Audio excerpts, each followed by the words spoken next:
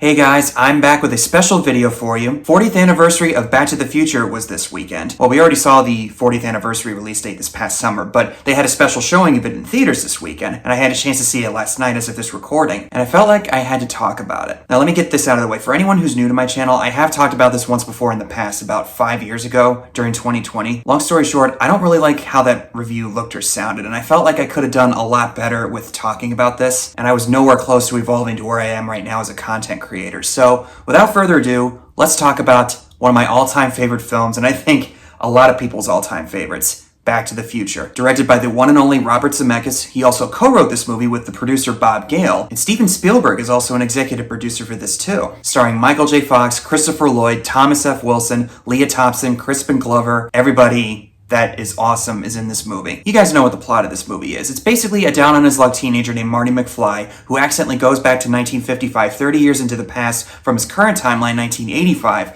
and interferes with the course of history with his family. And he has to put it all back the way it was, while also trying to figure out a way to get back home to 1985. If you somehow have never seen Back to the Future, I have met a few people as of late who still have yet to watch it. Let's just go right ahead with the spoilers, because after last night when I saw this movie in theaters, I need an excuse to just gush about it, because there's so much with this movie that I could talk about for days if I'm in the mood for it. I know I'm probably going to be rehashing a lot of stuff that people have said throughout the years, but hopefully with my own experience, I can provide something somewhat original for you or something new. Can't guarantee it, but you know what? I don't really give a shit. Let's talk about it. My history with Back to the Future goes all the way to somewhere between 5 and 10 years old. I think I might have been 8 when I first saw this. My mom and dad had a VHS copy of it. It was actually a recorded VHS tape. One of those things where you can put a VHS tape into your VCR and you can record something while it's on TV. I probably wore out that tape after a while because I watched that so many freaking times. I don't even think I could count it. It's one of those movies that has this really big sense of awe and amazement and excitement to it, and it's insanely entertaining. There's not one moment in here where it feels dull or irrelevant, or at least somewhat tedious, if anything. It's so tightly packed together that it never loses momentum. Even if you know exactly what happens after seeing it multiple times, it still manages to draw people in. Back to the Future is a pop culture phenomenon in many ways. There's plenty of merchandising. I even have this that I had since I was 16. I so adore this thing. This is getting weird. You can even open the car doors. They even had a Back to the Future ride back in the day, which I wanted to ride so badly, but I never had the chance to do it. I don't know if I'll be able to really do it justice, but the fact that it's so resonant with people, even with today's current generation, Gen Z, or whatever future generation comes in, I would imagine it's still going to have the same amount of excitement for everybody who at least has some sort of interest in it. It's not that it's just about the time travel stuff. And of course, we love the DeLorean. It's basically like a character in and of itself, similar to the Millennium Falcon in Star Wars. It's about the characters. Marty, Doc, Lorraine, Biff, and George. Similar thing applies to the other 2 films in the trilogy. And while its message is very simple at its core, the delivery of that message is very effective. Don't let people push you around all your life. Stand up for yourself. I would even go as far as to say that it's relevant now, and Michael J. Fox said it recently in an interview. Not to get too deep into the weeds on what we're experiencing right now in the world, I'm paraphrasing what Fox said, but we've kind of accepted the bully culture that has become so rampant in our society now that I think a movie like this, where we see Marty or his father standing up to the school bully, perhaps it could provide some sort of sense of hope or maybe some sort of message for today. I don't know, because who can't stand bullies?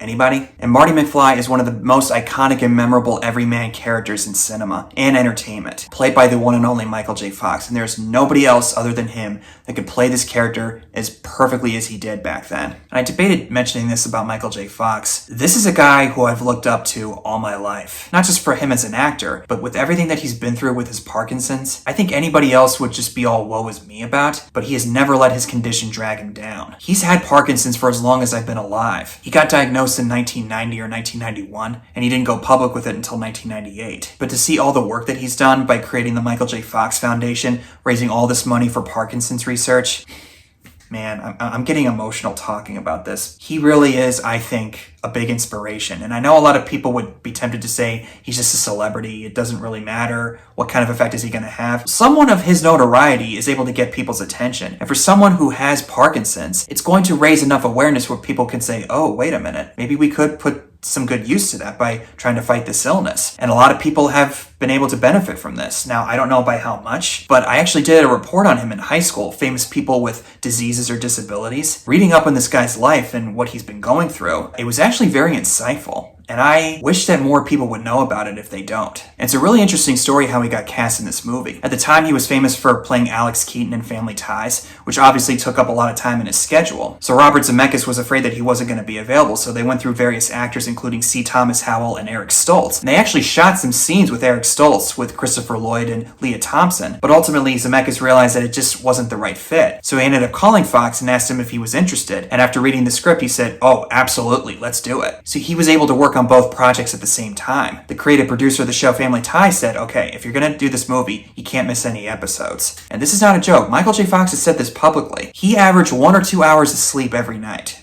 How that guy was able to do that, I will never know. As a matter of fact, I actually met Michael J. Fox at Comic-Con over 2 years ago in Philly. Similar feeling that I felt when I met Mark Hamill in New York some time ago. At first I went, "Oh my God." One of my childhood icons was right there before my eyes. And then when I saw him moving around and twitching, I felt so sorry for him. This was in 2023, so the pandemic was basically over, but because of his condition, I wasn't allowed to shake his hand. But he looked up at me and he smiled and nodded, and I thought, okay, that'll do it. And I said, "Great to meet you, Michael." One of the few times that I was overly starstruck. The writing by Bob Gale and Zemeckis is very simplistic, but it gets all the important details that we need to know about him. A high school kid who wants to become a rock star, he can't really seem to break his way through the wall in order to get to where he wants to be because he's too darn loud, which I think all of you know, that's Huey Lewis in a cameo. And Huey Lewis did the song for this movie called The Power of Love, which to this day gets a lot of airtime on the radio. And Huey Lewis and the News were a really big rock group back in the 1980s, and I think you also might recognize them from their song Hip to Be Square, which was featured in American Psycho with Christian Bale. And his home situation is not exactly ideal to go back to. Very similar to characters like Luke Skywalker or Peter Parker, we all feel like Marty at some point in our lives, where we feel like the whole world or the whole universe is stacked against us, but we maintain some sort of hope that things will work out in the long run. But he has one friend in Doc Brown, who's the eccentric scientist in the town of Hill Valley where Marty lives. People have talked about how exactly do these two know each other? A weird scientist who's in his 60s, friends with a high school kid. I've read various explanations throughout the years that when Marty was 14, he heard about Doc Brown as some sort of crazy scientist in the town, and he broke into his lab and was so fascinated by his scientific research that Doc Brown saw his interest and took him under his wing, and therefore the bond grew. The movie obviously never explains it, but considering Marty's not so great home life, I would imagine he needs some sort of excitement in his life or somebody to go to and rely on, or at least maybe have some sort of comfort outside of his family and school life. Take a look at his parents. Do they really look like good people to look up to?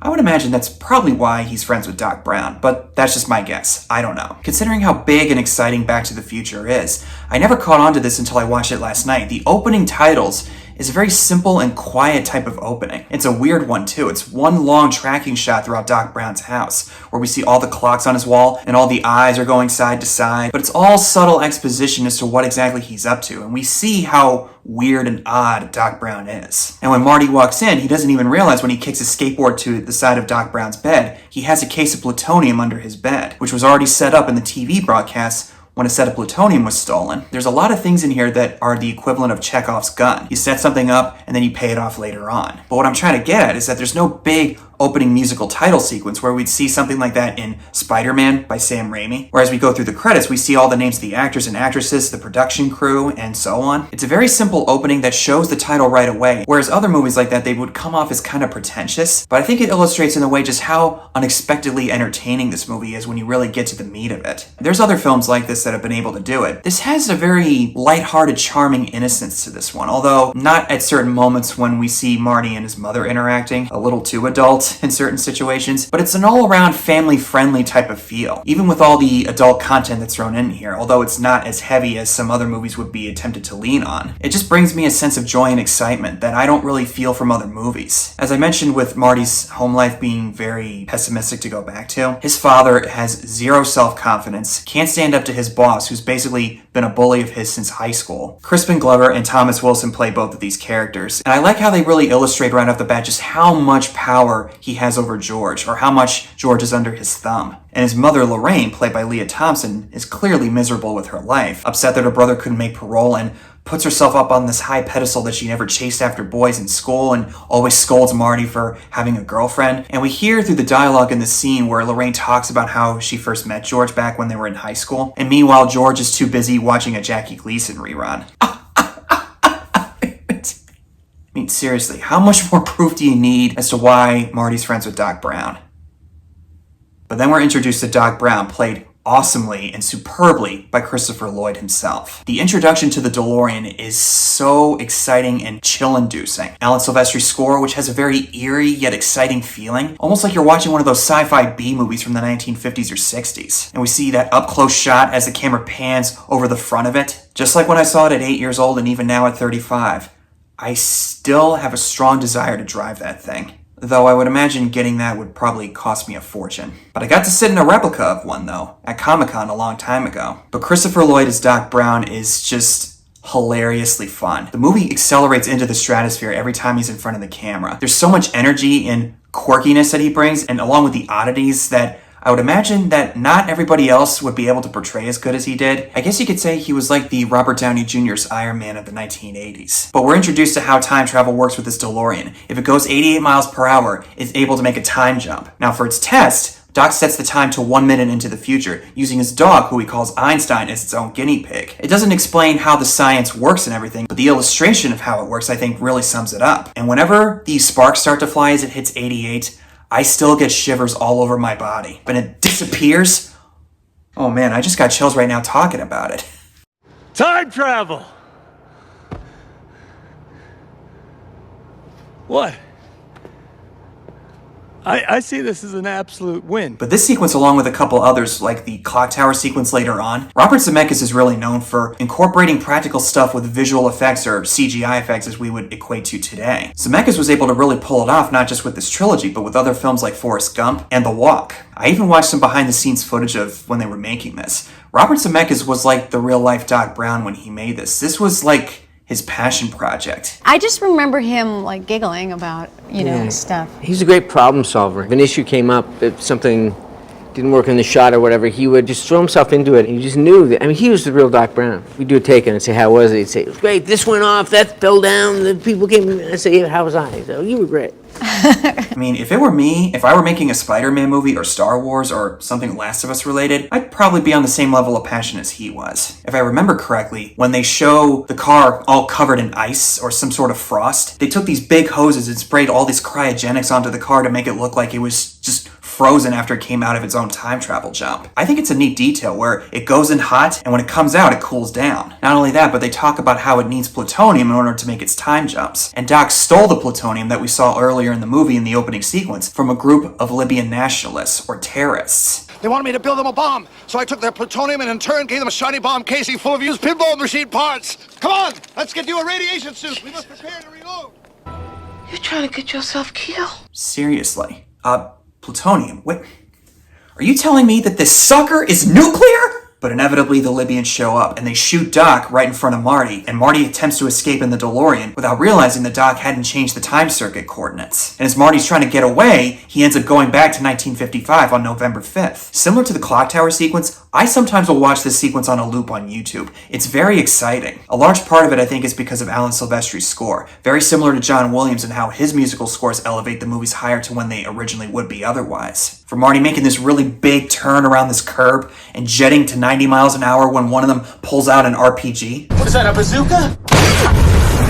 And when he goes back to 1955, crashing into a scarecrow and right into the Peabody farm, which they think is a UFO, thanks to their one son who reads these comics, and the ship on the cover looks very similar to the DeLorean. And with them not knowing any better, they would naturally think that Marty's an alien. I have to note something here. When Michael J. Fox falls backwards through the door after he gets shot at by the farmer, similar to the likes of Michael Richards as Kramer in Seinfeld. Not overly obnoxious slapstick. It's all perfectly timed, and it's suitable for whatever moment he's in. You're a genius with physical comedy. I remember just watching you and trying to learn.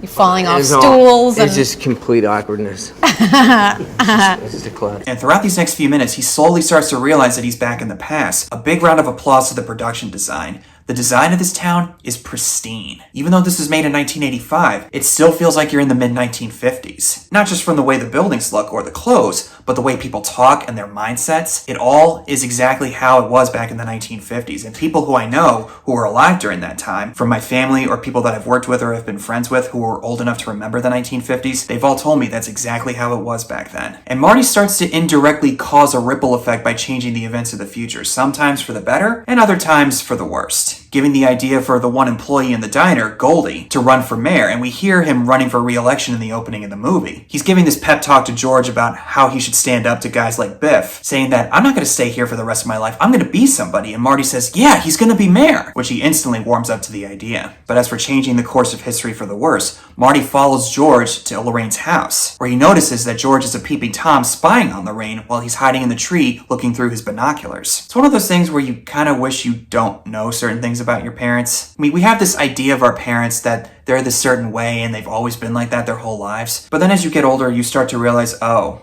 they're actually just imperfect people, or they actually weren't as solid as we thought they were. But then George falls out of the tree into the street as his car's coming, and he pushes him out of the way, and then he takes the place of his father. Because if you remember, George was supposed to be the one who took the hit from the car, and he wakes up in Lorraine's bedroom, and she has a crush on him. Awkward? Yeah.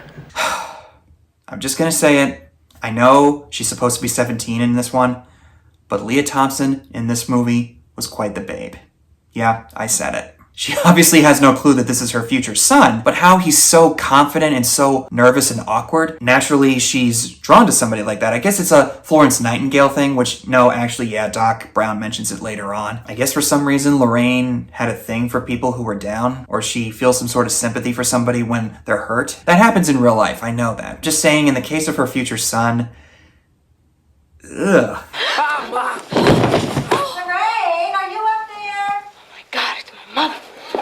My mother to this day will still quote that line. Also, take a look right here in the mirror as she throws her clothes back to him. I never noticed that until recent years. He's a very strange young man. He's an idiot. Probably from upbringing. Parents are probably idiots too. Lorraine, you ever have a kid that acts that way, I'll disown you. Then we're reintroduced to Doc Brown at 35 years old. When Marty meets him, he has this big contraption on his head, and he's using it to try to read Marty's mind. Even back then in the 50s, he was still the oddball of the town, making all these various guesses as to where Marty came from and who he is, putting this big suction cup on his forehead, and the way Marty's eyes look up at it, oh god, it's just, do you know what this means? This damn thing doesn't work! Ronald Reagan, the actor?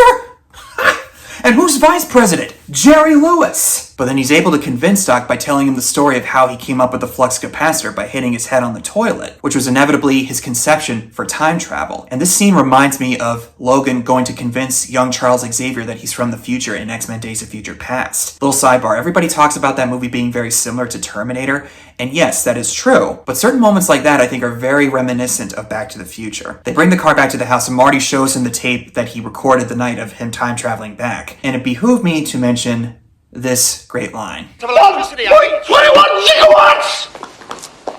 1.21 gigawatts! Great Scott! Turns out that it's a bolt of lightning that he needs in order to make his time jump. Doc seems to think it's a hopeless situation, but then Marty realizes that, wait a minute, we're a week out from the famous Hill Valley lightning storm. He shows Doc the flyer, giving him the idea, okay, we could set this whole thing up, maybe harness the lightning and channel it into the flux capacitor and get you right back to where you need to be. But it's through this conversation that Doc realizes that Marty has accidentally interfered with history. When he sees a picture of Marty and his siblings, his brother starts to disappear. As I mentioned, he interfered with his parents' first meeting. Yeah, that's definitely a problem because right now, you don't exist anymore, buddy. So for the next several scenes, Marty has to stick to George like glue and get him to talk to Lorraine and make sure that his own existence is secured. Just like with the 1.21 gigawatts, there's two lines in this scene that make me gut bust with laughter. There's that word again, heavy. Why are things so heavy in the future? Is there a problem with the Earth's gravitational pull? What? Look! There's a rhythmic ceremonial ritual coming up. Try saying that 5 times faster. I haven't really talked much about Crispin Glover. He is really good as George McFly, showing that lack of self-confidence, but as he slowly grows to become more confident in himself, a lot of it is due to the writing by Bob Gale and Zemeckis. It's all very seamless in how Marty is actually more of a father to his own father than George was for him. Learning how he was interested in writing sci-fi stories about people from other planets coming down to Earth, and he was very embarrassed to share that with the world. Marty says the same thing when he's talking to Jennifer about getting rejected for the band audition. And I think in his eyes, with Marty, it humanizes his father because I think, from what we can tell, he doesn't exactly view his father in a most positive light. And to see him have this creative mind that he never knew about, he actually really likes that because he, Marty, is also very creative, albeit in a very different way. But then we see Biff once again causing trouble. This time, it's towards Lorraine. Let me tell you, Thomas F. Wilson as Biff Tannen, this is a character that I just love to hate, and I think everybody else would agree, but Wilson is spectacular as Biff Tannen. And pardon my use of the word here, God, he is such an asshole. What are you looking at, butthead? Why don't you make like a tree and get out of here? I don't condone or advocate for violence, but to see Marty standing up to Biff when he does, punching him in the diner in front of everybody, it's just this deep feeling of satisfaction that I get every time. Because I love seeing a bully getting put in their place. And once again, he has to throw a wrench into everything when George tries to talk to Lorraine after getting a very interesting midnight visitor. My name is Darth Vader. I'm an extraterrestrial from the planet Vulcan. And by the way, that cassette player that Marty plays for his dad, it's an outtake or some sort of unused piece of art that Eddie Van Halen was using during a recording session. It's just when he puts it on full blast, George's reactions to it are hysterical. Segueing into the skateboard sequence where he's being chased around the town square by Biff and his flunkies, Alan Silvestri's score once again elevates it to an exciting level. From him taking that kid's board, holding onto a nearby truck while Biff and his guys are chasing him, and then they crash into a manure truck. I mean, it happens. And by the way, one of his cronies is played by Billy Zane, who you might know as Cal Hockley from Titanic. And it only further cements Lorraine's affection for Marty. And she even follows him to Doc Brown's house when he's illustrating to Marty how they're going to get him back to 1985. Once again, there's quite a few moments where Christopher Lloyd just lights it up. Hi. Marty, this may seem a little forward. And it forces Marty's hand in order to tell George what they're going to do in order to make him look like a fighter in the eyes of Lorraine. Marty's going to stage this whole scenario that he's going to take advantage of Lorraine, where George will come in at the last second to save the day. Clearly, Marty is not comfortable with that idea, but it's sort of a desperate attempt or last-ditch effort to get George and Lorraine to fall for each other. Hey you, get your damn hands off her! Leading us into the night of the school dance, the Enchantment Under the Sea dance. Marty arrives with Lorraine, learning various other details that he never would have thought otherwise when she made herself look out to be this perfectly saint-like child, stealing liquor from her mother's cabinet, and as a smoker. Once again, our parents are not perfect people, but even me, I would probably have the same reaction that he has. And thankfully for him, when she tries to kiss him, it doesn't feel right. It's almost like she senses that they're related somehow. And various studios like Disney rejected the idea of this movie because of that mother-son bond. Can't say that I blame them. But once again, Biff has to throw a wrench into everything by showing up, and then he tries to force himself onto Lorraine. As a kid, I didn't quite understand what was going on. I knew that he was doing something to her, but it wasn't until I watched the movie when I was about 16 or 17 years old, when he says, well, look at what we have here. Like when this moment happens. No, stay right here with me. I had learned about all the birds and the bees stuff a few years prior to that, so seeing that moment made me think, oh, that's what he was going to do to her. George shows up, all ready to go, only to realize that he really does have to save Lorraine. But rather than walk away out of fear, this time he actually stands up to Biff. In the ensuing slight struggle that happens, Biff throws Lorraine to the ground and he laughs in her face, lighting a fuse inside of George. Excuse me, but fuck yeah! And they're all able to fix it when they finally have their first kiss on the dance floor. But not before Marty plays the guitar for the band, and this random guy who was picking on George earlier decides to push him away and have his way with Lorraine, where he might walk away for a second, but then he decides, no, I'm through being a pushover. I've heard some people criticize this moment where they think that's kind of out of nowhere. Why would they throw that in there? And I've heard some people criticize the moment where Marty looks at his hand as it starts to fade away, and it's a really scary moment where you think, oh my god, I think this is it. He's gonna disappear for good. Now, I don't know exactly what the reason for the criticism criticism was. Now, hopefully I can provide a good response for that. We see Marty throughout the movie trying to fix everything between him and his parents. There's all these constants and variables that are thrown into the mix. Reminds me of something that Captain America said in Avengers Endgame when they go back to get the stones and bring it back to the present. Most of us are going somewhere we know. That doesn't mean we should know what to expect. And as I talked about earlier with Marty kind of messing up with the timeline, Hermione says to Harry in the Time Turner sequence in Prisoner of Azkaban, awful things happen to wizards who meddle with time. Back to the Future is no exception. For some people that might be a little too much, and I would understand why, but for me I think it's perfectly fine, because I think in order to feel that full sense of catharsis, you need to have some sort of last moment of tension where it might not actually go back to the way things were. And the catharsis is so off the charts when Lorraine and George finally kiss and Marty pops up realizing what's happened and he's able to play guitar again, looking into the picture as he and his siblings return in the photo, all the while the music is swelling up. I still get shivers to this day. And then we get the Johnny Be Good sequence, which I absolutely adore. Marty has a chance to actually feel good about himself and his music abilities, going a little too crazy, albeit though, by acting like Eddie Van Halen. Guess you guys aren't ready for that yet, but your kids are gonna love it. It's basically a victory lap moment. It doesn't really have much of a relevance to the plot. Who cares? I don't. Not that we don't get good entertainment today, but when I watch Back to the Future, and everybody else has said this in some shape or form, they really do not make them like they used to. Then follows the famous clock tower sequence, where they have everything according to plan and Doc lays out what he's supposed to do. But then the cord falls to the ground, and they have to try to figure out a way to hook it back up to the clock. Again, constants and variables that they didn't consider are throwing a wrench into everything. This is one of the best climactic sequences I've ever seen in a film. From Doc trying to hook the wires back up, Marty trying to start the car. I cannot count how many times I've watched this, but even watching a clip on YouTube, I still somehow think that Marty's not going to make it back. Slight nitpick, and I've already heard Jeremy Johns talk about this, but the instruction that Doc Brown lays out to Marty, there's this alarm clock on the dashboard. When that clock rings, you hit the gas. So Marty tries to hit the gas, the car dies on him for like a minute. If you think about it realistically, he probably wouldn't have made it in time, but again, Who cares? I don't. Then Marty jets down the street in the car, Doc slides down on the rope, desperately hooking up the cable at the very last second as the lightning comes down. And once again, I cannot stress this enough, with Alan Silvestri's theme, I can't play it for copyright reasons, but when it starts going da da da da da da da da da da da da da da da, there have been quite a few times where I played that theme while driving in my car on the highway. Probably not a good idea. But yeah, that clock tower sequence is fantastic. And like with the rest of the movie, it's all timed perfectly, and it feels so fluid in its movement. It goes for the rest of the movie. It never loses momentum. This film is under 2 hours, 1 hour and 56 minutes.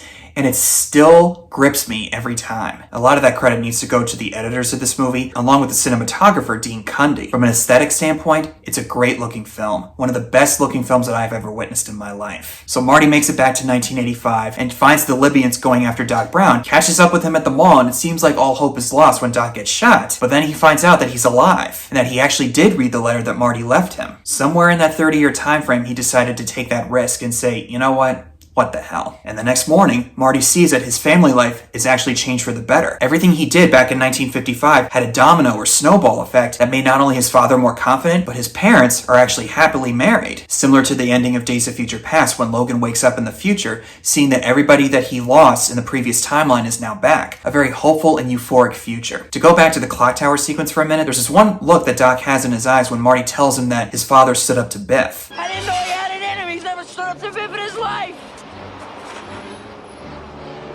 Ever? No, why? What's the matter? All right. Another example of Chekhov's gun, where the future actually does change, and Doc realizes, oh, I think we might have changed it a little too much. I love little details like that. And we see that Biff, instead of being the boss of George, George is his boss. He's waxing cars. Not that there's anything wrong with waxing cars, but he's clearly trying to get away with some stuff, and George, having the upper hand on him, thankfully, is able to get Biff to admit what he's doing. Now, when it comes to the plot hole of how do George and Lorraine not recognize Marty as the one that helped them get together, I don't really feel the need to talk about that, because I honestly see both sides of the argument where you don't really remember everybody that you went to high school with. It would be pretty clear that you would remember that, and they named their son Marty after the guy who helped them get together in high school. And there's a couple other lines in that scene where it's clear that they do remember that night. Yeah, it is noticeable, but honestly, I don't really care. And of course, we really get that nice ending of his reunion with Jennifer, and Doc comes back from the year 2015 to take him into the future to help Marty's kids. Roads? Where we're going, we don't need roads. One of the most famous lines in pop culture that was famously reiterated by then President Ronald Reagan. But with that ending where we see George finally happy with himself, it speaks to that message that I alluded to earlier. Stand up for yourself. Don't let people push you around all your life. It's a very simple yet powerful message that everybody can learn from. Sometimes all you need is 20 seconds of insane courage. Just literally 20 seconds of just embarrassing bravery. But with Back to the Future, yeah, I mean, what else can I say about this? Calling it a classic has been said many times by now, but really, it's just one of those movies that it never gets old and it just gets better and better. If I somehow make it to 100 years old, you bet my bottom dollar that I'll be watching this and showing it to any young kid who's old enough to watch it. Besides maybe the way people say certain things, whether it's in the 1950s or the 80s, this movie doesn't feel dated. It feels very timeless. If it could still get a positive reaction out of people today, that should tell you everything you need to know. So that's all I have for you guys on Back to the Future. Thank you all so much for watching, and stay tuned for more videos coming up soon. Hit the like and subscribe buttons if you'd like to see more from me, and I'll see you guys in the next one.